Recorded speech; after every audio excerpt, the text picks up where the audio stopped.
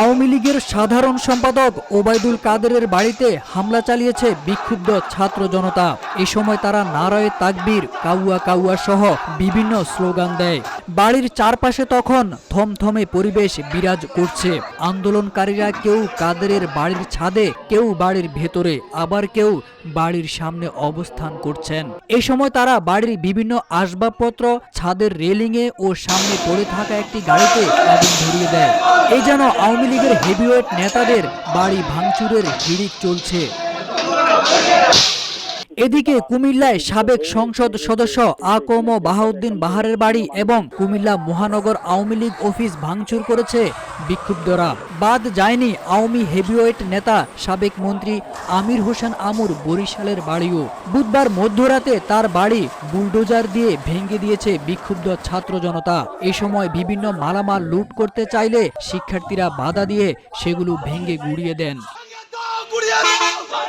বৃহস্পতিবার সকালে বৈষম্য বিরোধী ছাত্র আন্দোলনের নোয়াখালী জেলার নিজস্ব ফেসবুক পেজ থেকে ওবায়দুল কাদেরের বাড়িতে হামলার ঘোষণা দেওয়া হয়। এতে লেখা হয়, নোয়াখালীর বিপ্লবীরা বুলডোজার নিয়ে প্রস্তুত থাকুন, মার্চ টু কাউয়া কাদেরের বাড়ি, আজ বেলা 11টা। জানা যায় বাড়িতে ওবায়দুল কাদেরের নিজস্ব কোনো ঘর নেই, যেটি আছে সেটা তার ছোট ভাই কাদের মির্জার। সামাজিক যোগাযোগ মাধ্যমে ঘোষণা দেওয়া হয়েছিল বেলা 11টায় হামলা করা হবে। তাই সকাল থেকে গণমাধ্যম হতে শুরু করে বিভিন্ন স্থান থেকে আসা উৎসুক জনতার ঢল নামে কাদেরের বাড়িতে। সারা দেশে শিক্ষার্থীদের উপর হামলা ও উস্কানিমূলক বক্তব্যের জন্য দায়ী আওয়ামী লীগের সাধারণ সম্পাদক ওবায়দুল কাদের। আজ সেই রাগ ও ক্ষোভের বহিঃপ্রকাশ ঘটাচ্ছেন ছাত্র জনতা। সবাই কাউয়া কাউয়া স্লোগান দিচ্ছে। ভবিষ্যৎ রাজনীতিবিদদের হুঁশিয়ারি দিয়ে শিক্ষার্থীরা বলেন, এমন খারাপ রাজনীতি কেউ করলে তাদের এমন পরিণতি হবে, এটাই আমাদের শেষ কথা।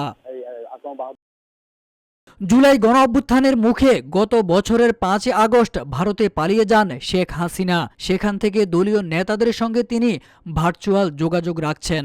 তারই প্রেক্ষিতে গতকাল রাত 9টার দিকে হাসিনা বক্তব্য দিবেন বলে একটি সংবাদ সোশ্যাল মিডিয়ায় ভাইরাল হয়।